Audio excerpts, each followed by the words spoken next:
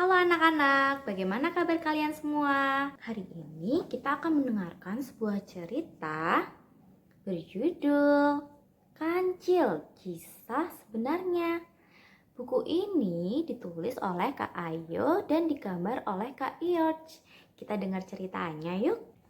Kancil, Kisah Sebenarnya. Di bagian tersembunyi di hutan timur, terdapat kebun mentimun yang terhampar begitu indahnya. Tidak hanya indah, namun semua mentimun itu juga lezat. Senangnya, mentimun adalah makanan kegemaran si Kancil. Semua mentimun di kebun ini ditanam dan dirawat oleh Kancil. Kancil senang bisa menikmatinya. Namun, Kancil juga senang apabila bisa membaginya kepada yang lain. Kancil akan bersenandung untuk memanggil teman-temannya datang. Lihat, tanah mulai bergetar dan pepohonan bergoyang. Apa yang terjadi ya? Wah, ternyata si gajah yang datang dengan besarnya. Gajah menumbangkan pepohonan untuk membuka jalan. Kerbau hutan dan kambing hutan datang kemudian mengikuti jalan yang dibuat oleh gajah. Tak lama kemudian si tikus tanah datang. Kini semua hewan yang mendengar undangan dari senandung Kancil bersukaria menikmati mentimun yang lezat.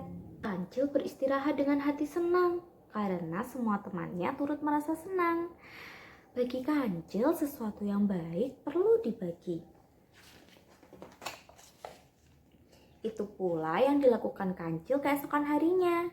Kancil membagikan mentimun yang paling enak ke teman-teman yang tidak bisa datang. Misalnya Kancil membagikan ke ibu kelinci, lalu ke tupai. Namun ketika Kancil tiba di tepi hutan timur, Kancil terkejut. Ada sebuah desa tempat manusia tinggal. Desa itu terlihat kering dan gersang. Para penduduknya terlihat sedih. Kancil kemudian membagikan sisa mentimun yang dibawanya. Ternyata desa mereka sudah lama dilanda kemarau. Sumber air kini tak banyak. Tanaman sumber makanan jadi sulit tumbuh. Kancil merasa sedih mendengar apa yang dialami oleh penduduk desa di tepi hutan timur. Aha, Kancil kemudian mendapatkan ide baik.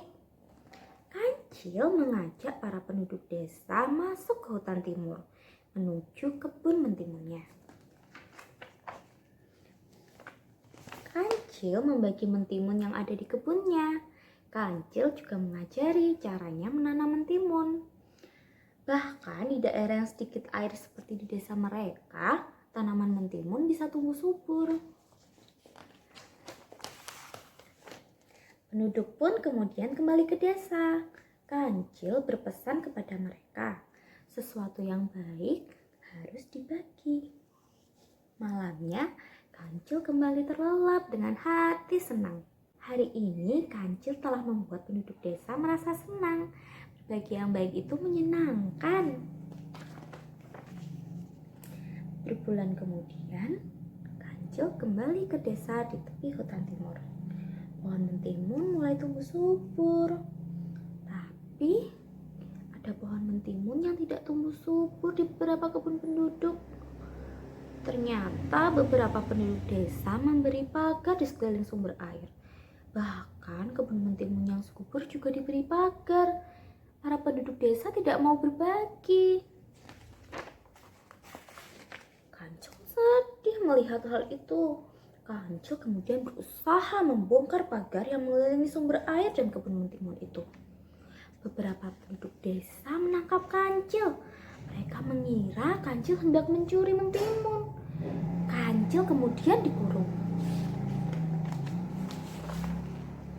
Dalam sedihnya malam itu, Kancil memutuskan untuk melakukan sesuatu. Kancil bersenandung. Apa yang kira-kira kemudian terjadi?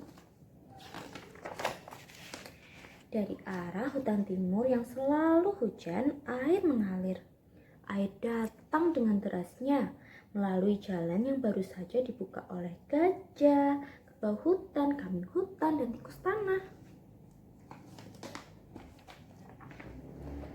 Paginya, sebuah sungai dari hutan timur mengalir membelah desa. Penduduk desa senang sekali. Namun, mereka tidak tahu bagaimana sungai itu bisa tiba-tiba ada. Sungai berair jernih untuk semua kebun mentimun. Mereka juga lupa akan si kancil. Hingga sekarang ini, tidak banyak yang tahu kisah sebenarnya. Kisah si kancil.